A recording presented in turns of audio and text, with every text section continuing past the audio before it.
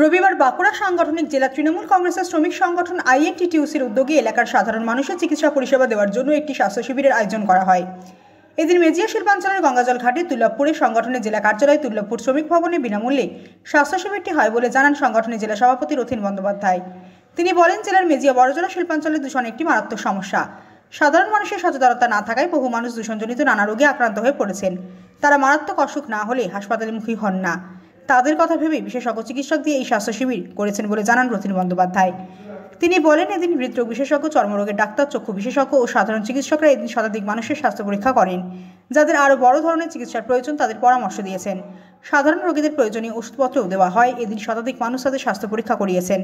পাশাপাশি স্বাস্থ্যই সম্পদ, তাই স্বাস্থ্যকে ঠিক রাখতে হলে কী কী নিয়ম নীতি মেনে চলা উচিত সেই বিষয়ে মূল্যবান বক্তব্য ও পরামর্শ দেন বিশেষজ্ঞ চিকিৎসকরা।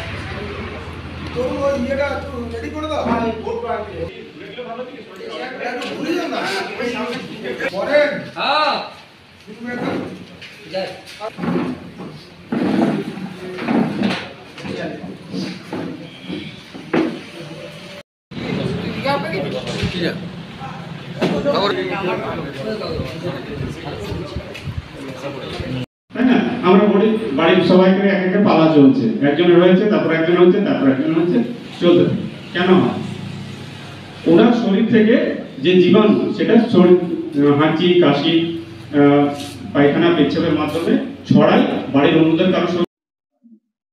বিভিন্ন মানুষ তারা বলছিলেন আমাদের কাছে, মানে অভিযোগ করছিল যে আপনারা তো অনেক কিছুই করেন, সোশ্যাল প্রোগ্রাম, তো আমাদের যদি একটা হেলথ ক্যাম্প করা হয় তাহলে এলাকার গরিব মানুষ যারা সবসময় পরীক্ষা করাতে পারে না, তাদের কথা ভেবেই আজকে আমরা এখানে হেলথ ক্যাম্প করেছি। আপনারা তো দেখলেন মানুষ আসছেন একে একে এসে তাদের যা কিছু সমস্যা সেগুলো চেক আপ করে তাদের কি করতে হবে ডাক্তারবাবুরা বলছেন, সেই শুনে তারা বাড়ি যাচ্ছে। সমাজসেবামূলক তো কাজ করতেই হবে আমাদেরকে। কয়েকদিন আগে আপনারা দেখেছেন যে আমরা ব্লাড ডোনেশন ক্যাম্পও করেছি। বড়জোড়া সুপার স্পেশালিটি হসপিটালের ডাক্তাররা বলছিলেন যে ব্লাড একটু কম আছে, যদি আপনারা একটা ক্যাম্প করেন তো ভালো হয়। সেদিনও আমাদের 100 জন ছেলে ব্লাড দিয়েছে। আজকেও আমরা বিভিন্ন গরিব মানুষ তারা আমাদের কাছে বলেন যে আমরা সবসময় পয়সার জন্য হেলথ চেক আপ করতে পারি না, যদি একটা আপনারা করেন তাহলে ভালো হয়। তাদের কথা ভেবেই আমাদেরকে এই সকল নিতে হয়, সাধারণ মানুষের কথা ভেবে।